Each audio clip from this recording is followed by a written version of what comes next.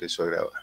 Bueno, la clase de hoy, que es lunes 8 de noviembre del año 2021, seguimos con el tema de teledetección y si no recuerdo mal habíamos llegado hasta por acá, hasta esta presentación, hasta esta habíamos llegado, que yo hablaba de...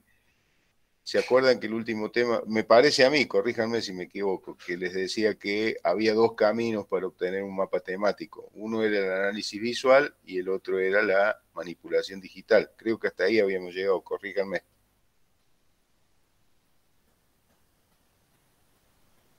Hola. Sí, profe, hasta ahí recuerdo. Un poquito más, o la otra diapositiva creo que es.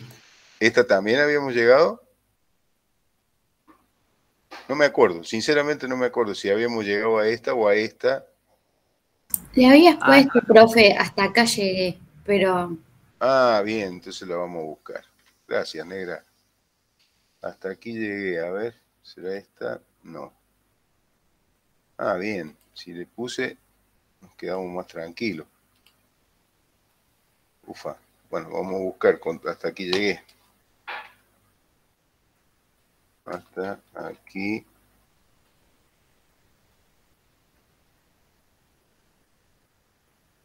Bueno, se ve que lo borré.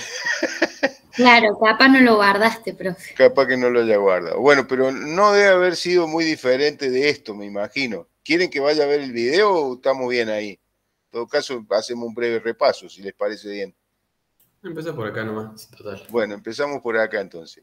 Yo les decía en la clase anterior que, vuelvo a insistir, había dos modos de acceder, había dos modos de generar un mapa a partir de una imagen. Uno era el análisis visual, que yo les dije que ya no se usa prácticamente más, que dimos un ejemplo, desplegué una imagen en el Google Earth, les hice ver que los fotoindicadores uno los tiene tácitamente, pero los puedes hacer explícitos.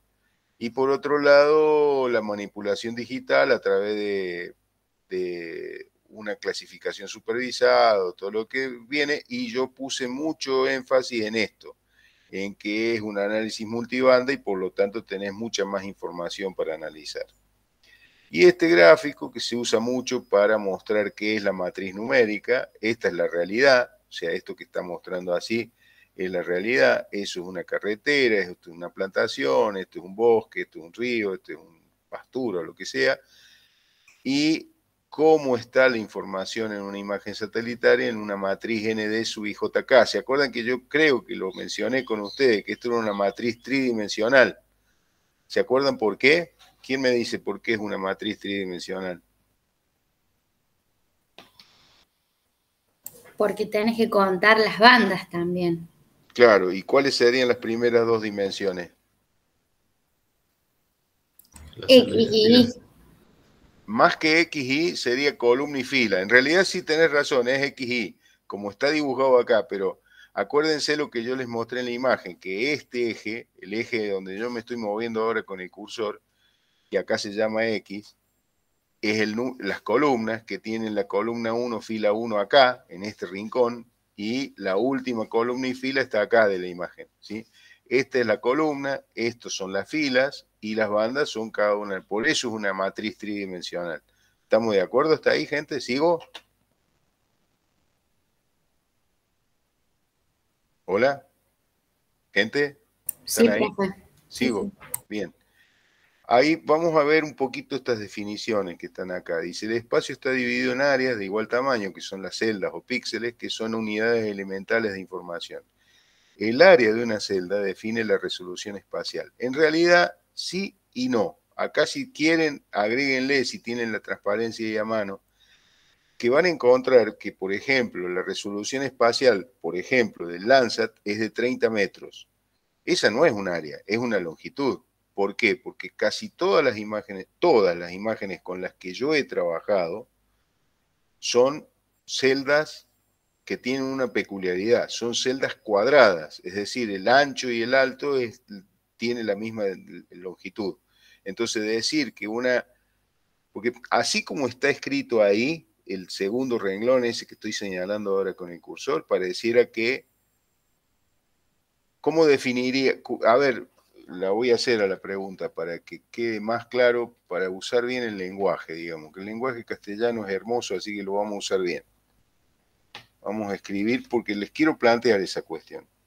Clase del, vamos a poner un título aquí, clase del 2021, 11, 8. En la transparencia,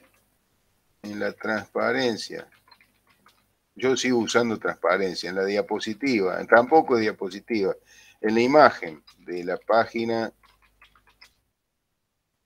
37, el PowerPoint dice que la resolución espacial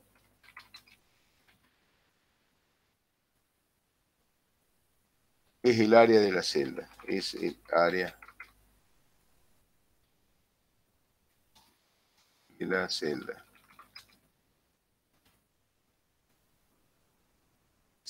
Entonces voy a poner un punto y aparte, punto y seguido, y voy a preguntar si ese es el término, si así es, si un píxel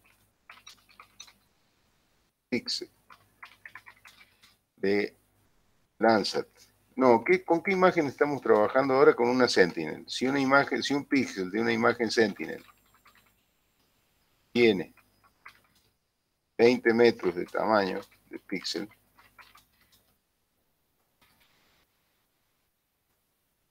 ¿cuál sería la resolución según esta definición? ¿Quién me dice lo que estoy? ¿Quién me responde esa pregunta? ¿Sería que es un área de 20 metros por 20 metros en el suelo? O sea, ¿de cuántos metros serían? 20 por 20, ¿cuánto es? 2 por 2, ¿cuánto es? Sería de 400 metros. Claro. Y nunca se define 400 metros cuadrados. Nunca se define como el área, porque casi todos los píxeles son cuadrados. Entonces, la resolución de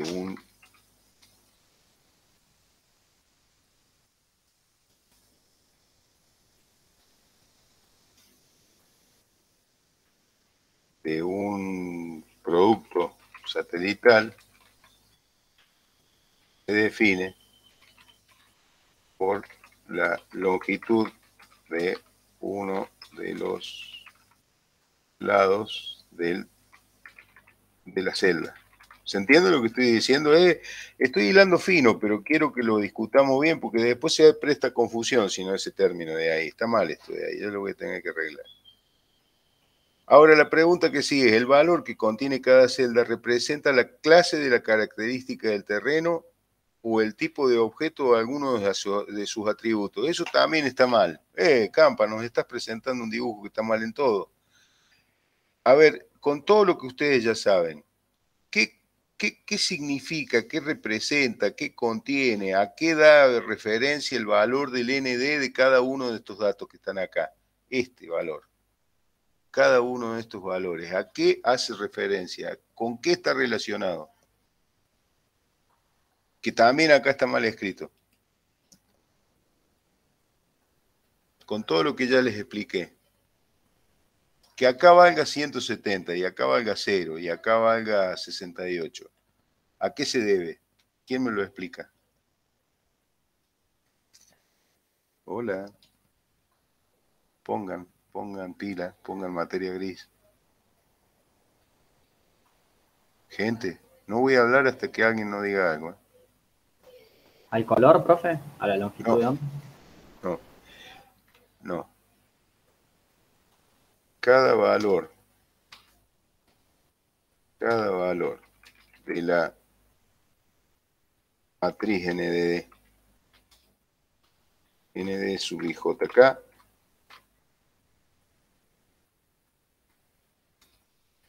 está relacionado casi linealmente. Linealmente quiere decir que hay una ecuación lineal que lo relaciona con Laureano, que por lo menos habló, dijo que es el color. Yo digo que no. ¿No sería el nivel de grises, profe? Sería el nivel de grises, pero más específicamente, ¿qué sería? En realidad no es el nivel de grises. Lo voy a poner acá, miren, les voy a mostrar esta cosa, porque esto es importantísimo que se den cuenta, si no están en el horno. ¿Se acuerdan que hicimos el ejercicio el otro día? ¿Qué sería? Miren, ahí lo tienen la respuesta. ¿Qué sería ese ND? ¿Con qué está vinculado linealmente? ¿Con qué está relacionado linealmente? Hola, gente, chicos. Estoy con la longitud de onda reflejada, digamos. ¿Cómo? Perdón, no escuché. Estoy con la longitud de onda que refleja el objeto en la imagen. Decilo mejor, tiene que ver con eso. Has dicho las palabras justas, pero equivocadamente. O sea, no lo dijiste bien. Pero sí, esas son las palabras que hay que usar. Decilo de nuevo, Pedro. Me parece que fuiste vos, ¿no? Con la reflectancia del objeto. Eso, ahora sí, con la reflectancia para esa banda, para ese píxel. Con la reflectancia, entonces ahora sí vamos a ir escribiendo lo que quiero decir. Cada valor está relacionado linealmente con la reflectancia para esa banda, para ese píxel.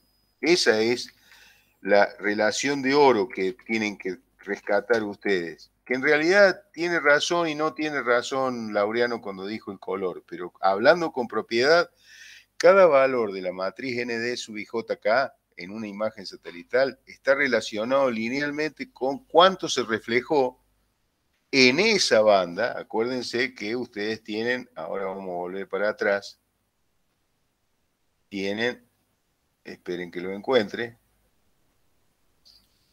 tienen cada uno de estos valores, por ejemplo, ese que está ahí, vale el ND sub 371, tiene un valor. Ese valor, por ejemplo, acá, en ese píxel, en el que vale 238, se reflejó mucho, y en este, que está con el valor 0, se reflejó mucho. Es la reflectancia de ese píxel, de esa porción del territorio chiquitita, en esa longitud de onda, en la longitud de onda específica de esa banda.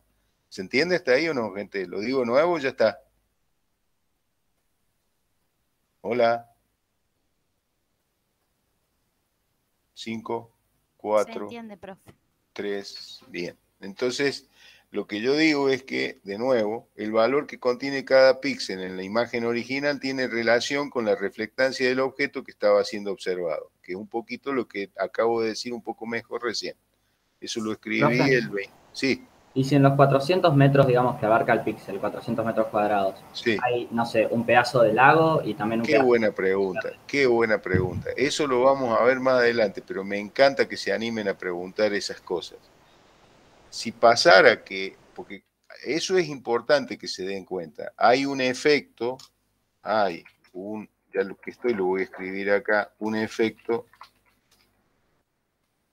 de contaminación de bordes,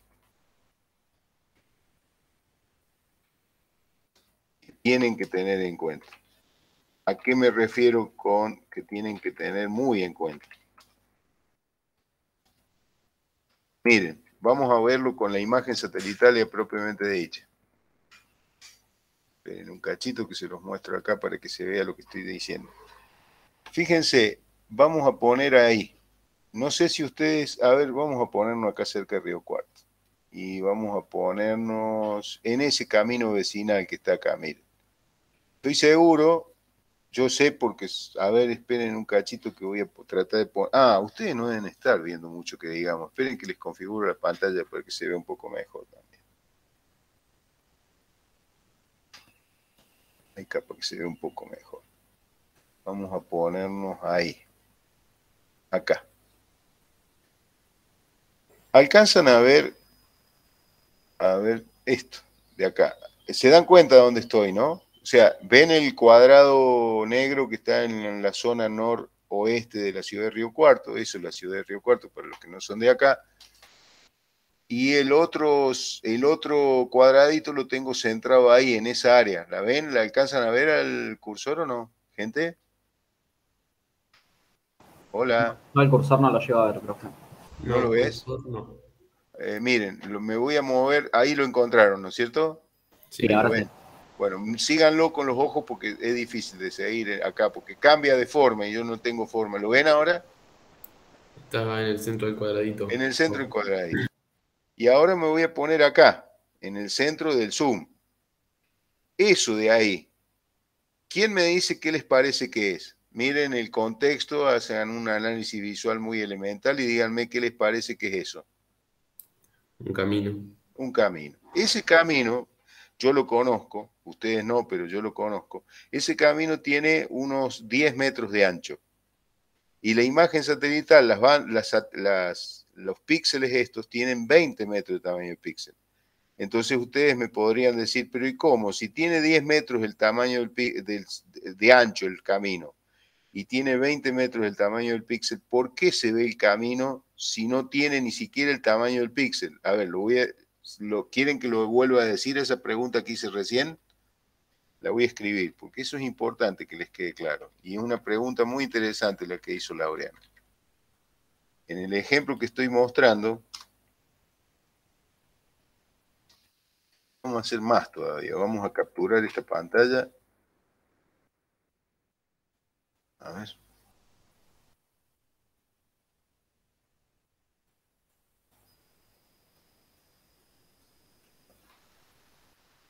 Ahí está. Entonces ahora vamos a ir de nuevo al texto. Vamos a insertar una tabla de 2. Acá vamos a pegar el dibujito este. Ufa. Ahí está. Vamos a achicar un poquito. Vamos a correr este borde para allá. Entonces, si el camino tiene no más de 10 metros de ancho, 10 metros de ancho, y el tamaño del píxel es de 20 metros, ¿cómo es que se ve el camino? La respuesta a esa pregunta es porque hay mucho contraste en la respuesta espectral entre el camino y lo que lo rodea. Entonces, los píxeles que cubren el camino tienen una fuerte contaminación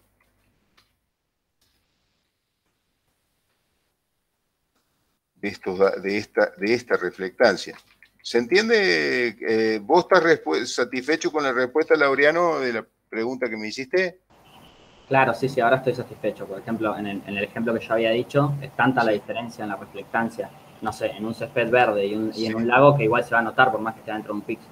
Exactamente, eso es lo que quería hacerles ver. Eso es importante que lo entiendan con claridad. ¿Estamos todos, gente? ¿Estamos todos en el mismo barco? ¿Sigo? Sí. Sí, profe. Bien. La localización de la característica que se representa viene definida por la superposición de la celda, fila y columna. En realidad está mal de nuevo ahí, tengo que hacer todo esto de nuevo. Esperen que voy a poner acá vamos a insertar un texto. Lo vamos a insertar por acá, a hacer de nuevo. Ahí está. ¿Por qué está mal? Porque en realidad siempre se pone primero la columna y después la fila. Por eso está mal. Yo soy bastante quisquilloso con esas cuestiones. Bueno, esta imagen ya la hemos visto varias veces, que esto es el valor del ND y todo lo demás, creo que no hace falta. Acá tienen ejemplos de tono, forma y tamaño. Por ejemplo, ¿quién me dice qué es esto? A ver, esta elipse que está ahí. La pista de atletismo. O una pista de atletismo o una pista de carreras de caballo, pero es una de esas dos. Pero es por la forma que te das cuenta. Está perfecto. ¿Estamos de acuerdo, gente? Bien. Ahí tienen composiciones color, que las vamos a ver ahora, composiciones imagen Landsat. En realidad, esta es una 453, una 543, esta es una banda 4 en tono de grises, aunque no pareciera tono de grises. Esto me gusta más verlo en vivo y en directo que acá con el teórico este. Pero yo quiero meter el énfasis en esta cuestión ahora, que es lo único que vamos a poder, por lo menos, ver de qué se trata y nada más. Con las imágenes satelitales hay que, en general, hacer siempre un pretratamiento. Pretratamiento es, algunos de esos pretratamientos ya vienen hechos. Ustedes no saben lo afortunados que son, porque en la guía, eso también, un pequeño paréntesis acá, con el tema de, recuerden que las actividades de la guía que están marcadas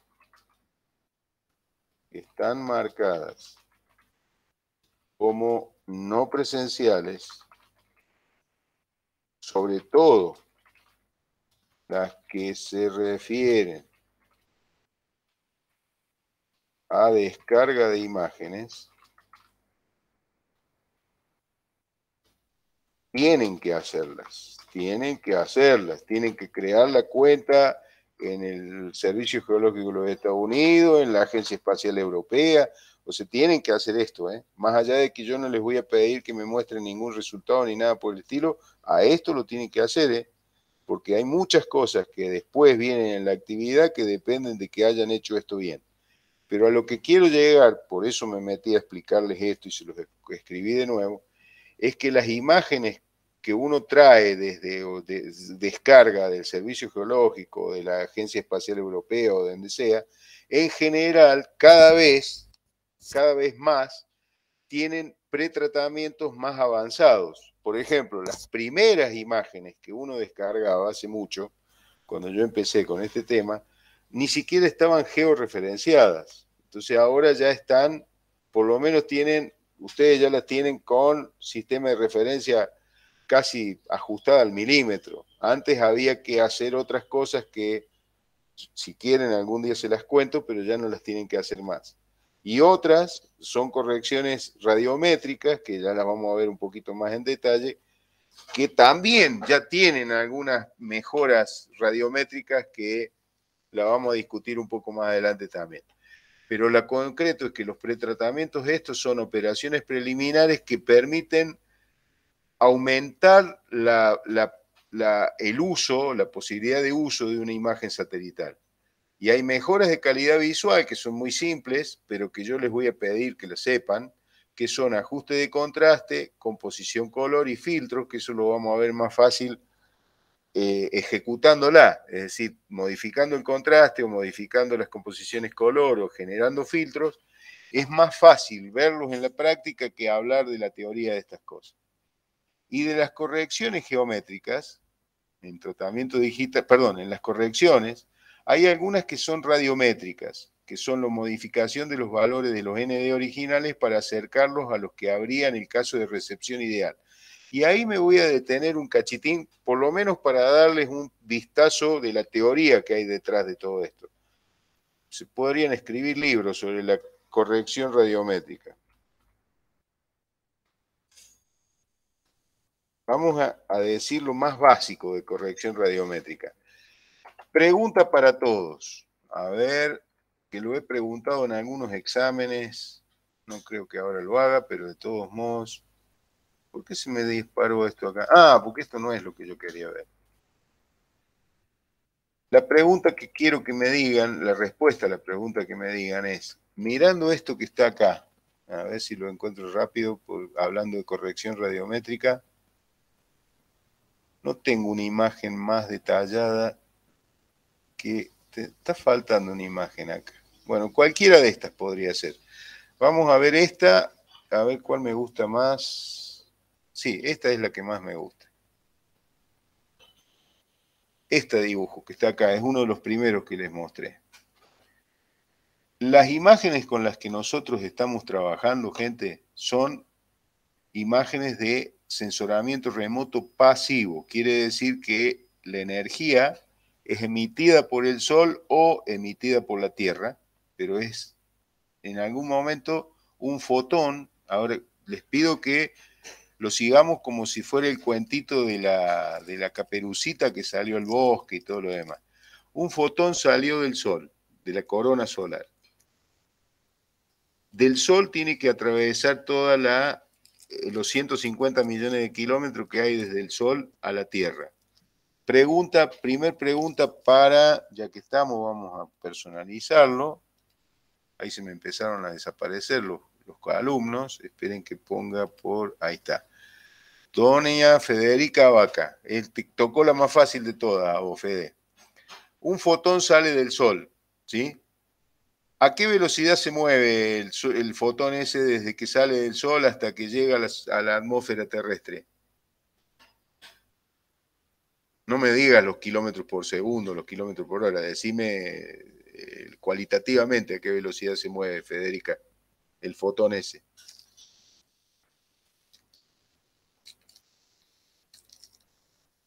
Hola, Federica.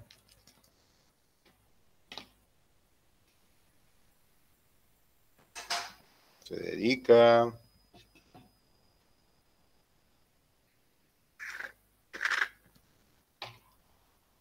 Se fue la Federica. Francisco Galeto. Tocó vos. ¿A qué velocidad Sí, se mueve? la velocidad de la luz, Exactamente. Se pero mueve no a la velocidad recuerdo de la luz. cuánto era. No, no El me valor. importa. No, son 300.000 kilómetros por segundo, pero no importa, no importa. Yo lo que quiero que ahora me digas, Federica, ya que volviste, ya dijo el Francisco que se mueve a la velocidad de la luz. La pregunta que te quiero hacer a vos es, ¿tiene interferencia con algo la luz cuando se mueve en el espacio entre la Tierra y el Sol? ¿Interfiere con algo el fotón ese? O sea, ¿interactúa con algo o no? Federica, Y para mí sí, con materia, digamos. entre el espacio, entre el Sol y la atmósfera interactúa. ¿Qué materia hay ahí? Ah, no, no. Bien. Entonces, claro.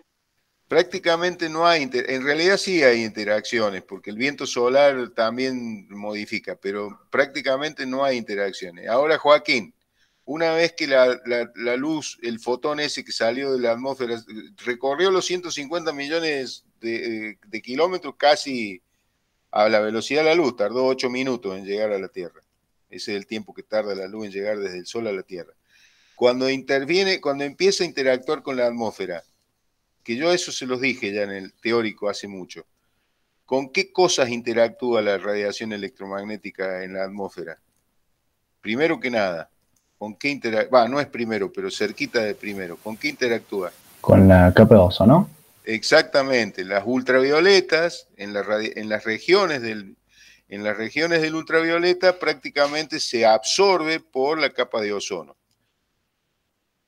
En realidad, antes de eso, los rayos X, afortunadamente para nosotros, creo que han visto alguna de las películas esta catastrófica, los rayos X, los rayos gamma y los rayos cósmicos interactúan con el cinturón de Van Allen, que es el cinturón este que nos rodea la Tierra y que frena esa radiación. Pues si llegara a la Tierra estaríamos todos fritos, digamos. Pero del visible o del casi visible interactúa con la capa de ozono, la segunda o tercera capa de defensa. Laureano, lo que llega a pasar, lo que no interactuó con todo eso y sigue su camino, los fotones que siguen, que no se frenaron en la capa de ozono, ¿con qué interactúan en la atmósfera? Con la tierra, con la superficie, con el agua. Pará, que falta, pará. No nos apuremos. Antes de eso interactúa de otra forma, que yo esto creo que en un teórico más Hace tiempo se los dije. ¿Con qué interactúa? Con el agua en estado gaseoso que está presente en la atmósfera, las nubes. Claro, con el agua, con el dióxido de carbono, con las moléculas de oxígeno y todo eso. Esa es la respuesta a la pregunta de por qué el cielo se ve azul. ¿Se acuerdan? ¿Lo hablé con ustedes o lo hablé con los otros alumnos de la otra materia? ¿Y cuál es la razón específica por qué el cielo se ve azul? Si no lo hablé, díganme y lo digo ahora. Dígalo. Que yo me acuerdo. No. Bueno, No, no lo habló. la razón por la que el cielo se ve azul es porque las longitudes de onda del azul, que están en 0,40 y pico micrómetros o 400 y pico nanómetros, tienen el mismo tamaño que las moléculas del aire. Entonces, al tener el mismo tamaño, hay bastante interacción y esa radiación, la del azul, se dispersa y se difracta en la atmósfera. Por eso el cielo se ve azul, porque esa longitud de onda es la que se dispersa en el aire, en las moléculas del aire. ¿Sí? La otra pregunta que también viene emparejada con esa es ¿por qué el cielo se ve naranja cuando es el atardecer o el amanecer? Y es porque el azul, o sea, vos estás parado en un lugar, a ver, lo voy a dibujar para que se entienda. No me quiero ir mucho por las ramas, porque esto no, es importante, pero no es tan importante. En todo caso, después búsquenlo ustedes por ahí. Cuando ustedes están en el amanecer o en el atardecer, el sol entra, los rayos solares llegan muy oblicuos, tienen que atravesar mucho más espesor atmosférico. Y esa cantidad de atmósfera que tienen que atravesar los rayos solares cuando estamos en el amanecer o en el atardecer, hacen que la luz, el azul, ya se haya dispersado y está azul para los tipos que están en el mediodía. Pero vos que estás en el atardecer o en el amanecer, lo estás viendo naranja, porque el azul ya se gastó todo. ¿Se entiende? Cuando me explicaron esto a mí la primera vez, me surgió una pregunta que esperaría que a alguno de ustedes se le ocurra alguna vez. Que hay una película basada en esta, que no la voy a decir, los voy a dejar a ustedes con la pica. Pero no sigo. Les dejo esa preguntita así media tirando ahí tipo incógnito para que ustedes me digan, tienen que surgir de sus cabecitas y se ponen a pensar en serio en este tema, dicen, el cielo es azul, se ve azul porque los rayos solares se están dispersando en esas longitudes de onda. Se ve naranja cuando está en el ocaso o en el amanecer. Y ahí queda una pregunta, una cosa ahí media dudosa que la dejo para que alguno de ustedes, si tiene alma de científico, se empiece a preguntar una cuestión. Y profe, ¿y qué pasa cuando el cielo se suele ver a veces un poco más rosa o más rojo? Eso es el amanecer o el atardecer, eso es lo que estoy diciendo yo. Sí, pero no es lo mismo rojo que naranja. Bueno, naranja, rojo, sí, está bien, Joaquín, está bien tu pregunta. Va por lo mismo. Ese naranja y roja son equiparables. Lo que no está pasando, o que no se ve muy seguido, es otra cosa, que se la dejo como tarea no quiero que me la entreguen, pero se las dejo como pregunta para que ustedes, para inquietarlos, digamos, para generarle una inquietud. Pero no tiene nada que ver con sí, tiene que ver con el naranja, pero la pregunta es otra. Pero me gusta cómo pensar, Joaquín, por ahí va. Pero no quiero perder demasiado tiempo con esto. Profe, ¿es por lo de las auroras, eso? No, las auroras boreales y australes tienen que ver con eso que les empecé a decir al principio, que los rayos cósmicos, los rayos gamma, interactúan con el cinturón de Van Allen, que es la atmósfera superior. No, tiene que ver con otra cosa. Eso se ve nada más que en los polos y es otra historia. Va cerca de los polos, en órbitas polares. ¿Por qué me metí en todo esto yo? Porque les estaba explicando, esperen que vuelvo a donde estaba recién. Porque es interesante. Porque es interesante, es muy interesante. A mí me copa eso. Por acá. Por esto, por la resolución radiométrica. Yo me metí en todo esto la corrección radiométrica. Entonces, vamos a seguir un poquito más porque recién empiezo con esto. Les estaba diciendo que a ver, vamos de nuevo al gráfico este. Les estaba diciendo que, a ver el gráfico, ¿dónde está? Un poco de esa radiación electromagnética atraviesa casi toda cuando hace los 150 millones de kilómetros hasta la atmósfera. Cuando llega a la atmósfera, empieza a interactuar con la atmósfera, hay algunos fotones, una parte de esa radiación electromagnética interactúa con la atmósfera. Yo no voy a decir todo, pero la interacción con la atmósfera sí me importa. Eso sí quiero que lo sepan. Cuando la REM interactúa con la atmósfera,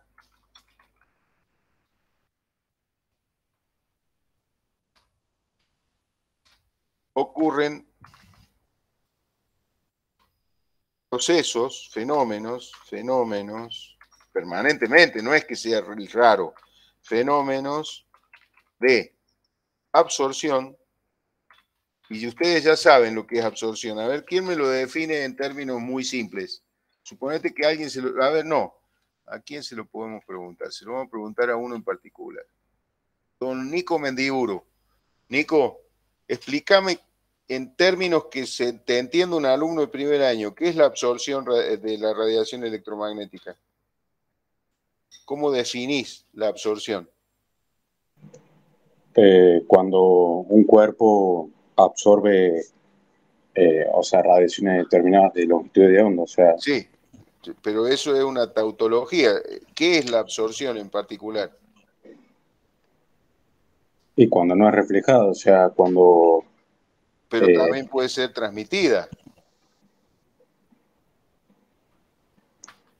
Absorción, yo se los dije en una clase se los dije. ¿Qué es la absorción? ¿Qué proceso ocurre cuando un material absorbe radiación electromagnética? ¿Qué le pasa al cuerpo que absorbe energía electromagnética? El cuerpo se convierte en calor, digamos. El cuerpo no, la energía se sí, convierte en calor. La energía se convierte en calor. O sea, la cantidad de energía cinética de las moléculas del cuerpo aumenta porque la radiación electromagnética que incidió sobre ese cuerpo se calienta. ¿Sí? ¿Estamos de acuerdo en eso o no? Y el calor es la energía cinética de las moléculas que componen un cuerpo. Y ese cuerpo puede ser en los gases de la atmósfera. De hecho, la atmósfera se recalienta cuando absorbe energía. Una parte de esa energía se absorbe, otra parte se transmite, otra parte se refleja y otra parte se dispersa y se difracta. Ahora, la pregunta que quiero que me respondan todos, pero que me responda o el que le pregunte ahora es, ¿cuál de todas estas, de todas las que mencioné antes, de las que mencioné en el párrafo anterior,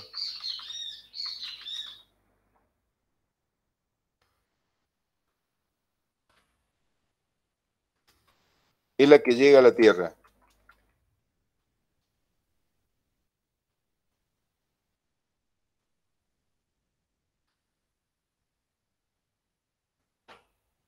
Miren, lo voy a plantear en estos términos.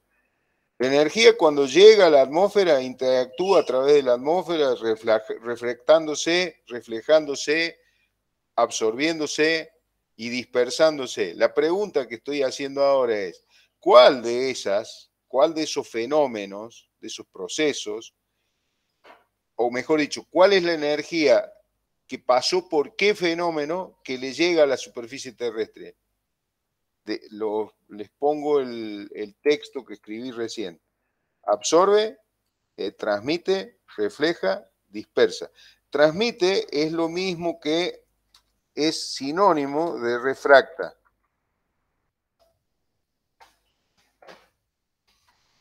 Estoy esperando respuesta, gente, ¿eh? Nadie me está respondiendo. Pongan las pilas, pongan las pilas. La que se transmite y la que se refleja. No, la que se refleja no, justo no. No. La que se refleja sale de nuevo al espacio exterior sin llegar a la superficie terrestre. ¿Cuál es, Pedro? Te tocaba a vos. Y yo estaba también entre la que se transmite, la que se difracta, una de las partes. La que el porcentaje más grande en la atmósfera diáfana, en la atmósfera transparente, porque si hay nubes, prácticamente, no, si una cobertura de nube bastante importante, no llega, sí, llega, pero llega muy dispersada. Vieron que cuando está muy nublado ni siquiera se ve el sol o se ve como una manchita por ahí.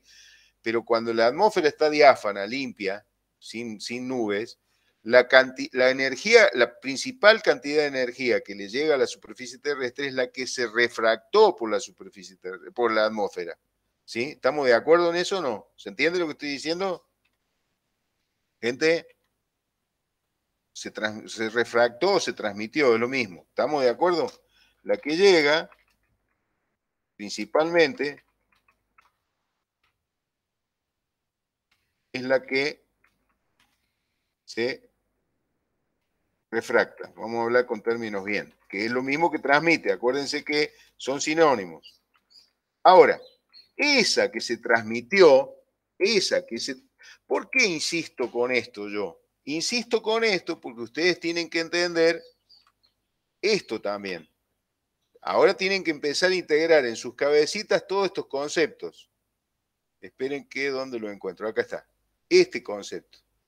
¿Se acuerdan que lo vimos en el teórico? Que esto era la transmisividad atmosférica en función de las longitudes de onda. Esto es longitud de onda y esto es transmisividad atmosférica. Si yo quiero montar un sensor satelital que capte algo que venga de la superficie terrestre, no lo puedo poner acá, por ejemplo, o acá, porque no voy a ver nada de la superficie terrestre. Quizá vea de otra cosa, pero en esta región del espectro electromagnético yo no voy a ver nada. ¿Por qué? Porque nada que venga de la superficie, porque la atmósfera es opaca para esta longitud de onda.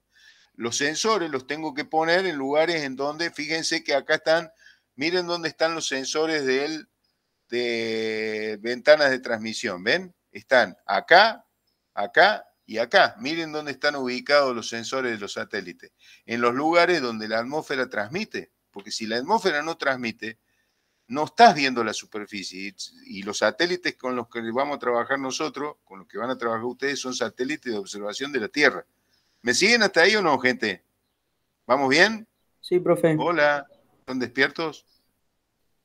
Bien. ¿Por qué me meto en todo esto yo? Porque la que le llega a la superficie terrestre, en la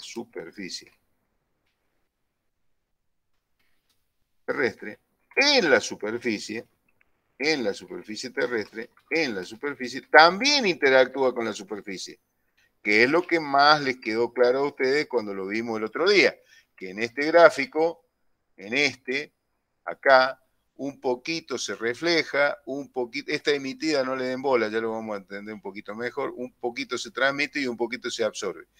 La que lleva información a los sensores, y esta es la parte central, la que sale con información de la superficie es esta, la energía reflejada. ¿Vamos bien hasta ahí o no? ¿Gente? Hola. Sí, profe, se entiende. Bien. Esa energía que sale reflejada de la superficie terrestre sale con información de la superficie y es la que yo voy a aprovechar. Voy a aprovechar para, si sale con esa información que lleva cuánto reflejó cada superficie. Entonces yo puedo aprovecharme de este conocimiento de las firmas espectrales para reconocer superficies, reconocer y mapear agua, vegetación, suelo. Pero, esa radiación que sale reflejada de la superficie terrestre, esta, que sale de nuevo, también de nuevo interactúa con la atmósfera cuando sale. O sea, la energía que se refleja en la superficie terrestre sale de la superficie y tiene que interactuar a través de la atmósfera de nuevo y realmente después de mucho trajinar, pobrecita, llega al sensor. Y este sensor, el que está montado en el satélite, recoge radiación electromagnética y ese sensor no tiene un modo de discriminar la que le llega, no sabe cuánto de esa, o sea, lo que registra el sensor, por eso yo insistía mucho con esto de acá, que se los decía hace un ratito, ahora van a entender un poco más. ¿Dónde les escribí esto? Cada valor de la matriz ND sub IJK está relacionado linealmente con la reflectancia para esa banda. ¿Por qué está relacionado linealmente y no es la reflectancia? Porque la radiación, la REM, vamos a poner así, porque la REM, después que salió,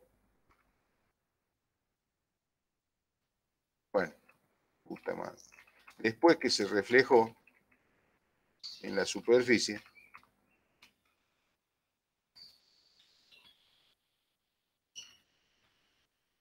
de nuevo interactuó con la atmósfera.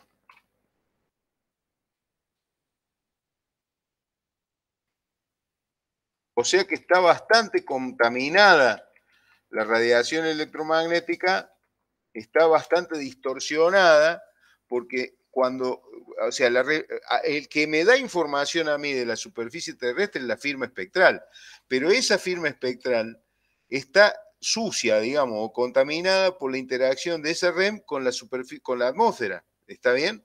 Y esa es la razón de ser de esto.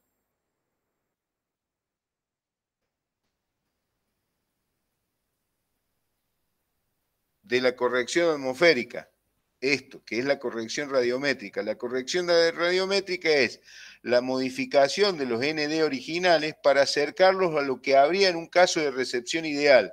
¿Cuál sería el caso de recepción ideal? Que no hubiera atmósfera. Lo que pasa es que si no hubiera atmósfera no habría vida sobre la Tierra, digamos, por lo menos no como la conocemos. O sea, tenemos que resolver el problema de que la radiación electromagnética, desde que salió de la superficie terrestre hasta que llegó al sensor, fue modificada por la atmósfera. Afortunadamente, también para ustedes, ahora los algoritmos han mejorado mucho, porque al principio no era tan fácil, y ahora hay algoritmos que están metidos adentro de los programas para que te permitan hacer esa corrección atmosférica. Pero lo concreto es que ahora sí, la que llega a la superficie terrestre, en la superficie interactúa con la misma,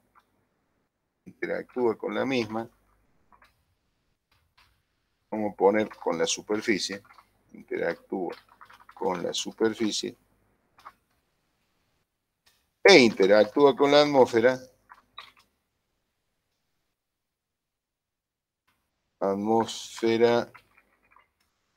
nuevamente, cuando sale reflejada y llega al sensor. Ahora, la pregunta que sigue es, ¿qué les parece a ustedes? La cantidad que le llega de energía, es una pregunta media tramposa la que estoy haciendo ahora. La cantidad de energía que le llega al sensor, o mejor dicho, la reflectancia que se recoge en el sensor, ¿será mayor o menor que la reflectancia? Suponete que vos, de hecho hay, esperen que se los muestro, que se los mostré el otro día en una clase, pero me parece que no le puse. Este aparatito que está montado acá, ese, también es un sensor parecido al del satélite. La pregunta que les voy a hacer ahora es, ¿este sensor, este que está acá, captará más energía por metro cuadrado este sensor o el sensor que está montado en el satélite y por qué? Esa respuesta a la pregunta esa me la va a dar doña o don Sofía Galeto. Te toca a vos, Sofía.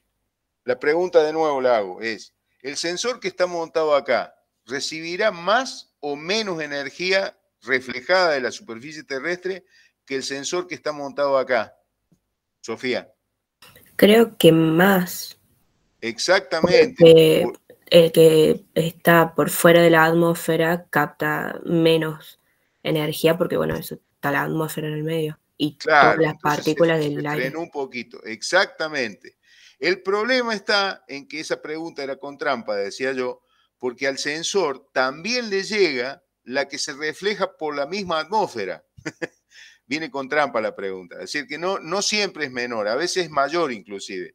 Pero ese mayor, ese más que se le agrega, no es la que sale reflejada de la superficie terrestre, sino la que se refleja en la superficie sin nunca haber llegado a la superficie terrestre. No sé si se entiende lo que estoy diciendo. ¿Me expliqué? ¿O quieren que lo vuelva a explicar? Sí, sí, profe, creo que se entiende. Bien, bueno, vamos a ir entonces.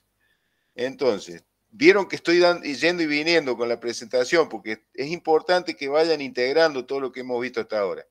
Lo concreto, volviendo al tema este, es que ustedes les voy a mostrar cómo se hace para corregir. En realidad no es gran cosa porque es ejecutar un comando, un módulo que tiene ENVI para hacer esta corrección radiométrica mediante un método que se llama QAC, que parece un chiste el nombre, pero es Quick Atmospheric Correction. Y lo hace en forma rápida y todo lo demás, pero convierte los valores de radiancia porque los valores que recoge el sensor acá en el satélite, acá, los valores que recoge acá el sensor son valores de radiancia en el sensor, y al sensor le importa poco, no puede distinguir entre lo que llega a la superficie y lo que llega de la superficie terrestre y lo que llega a la atmósfera. Pero estos valores son valores de radiancia en el sensor, y estos valores sí me importa que a ustedes les quede bien claro que esos valores son valores que en teoría son, esperen que lo encuentre, por ahí estaba escrito, valores que se expresan en cantidad de energía, en vatios por metro cuadrado por estereoradián.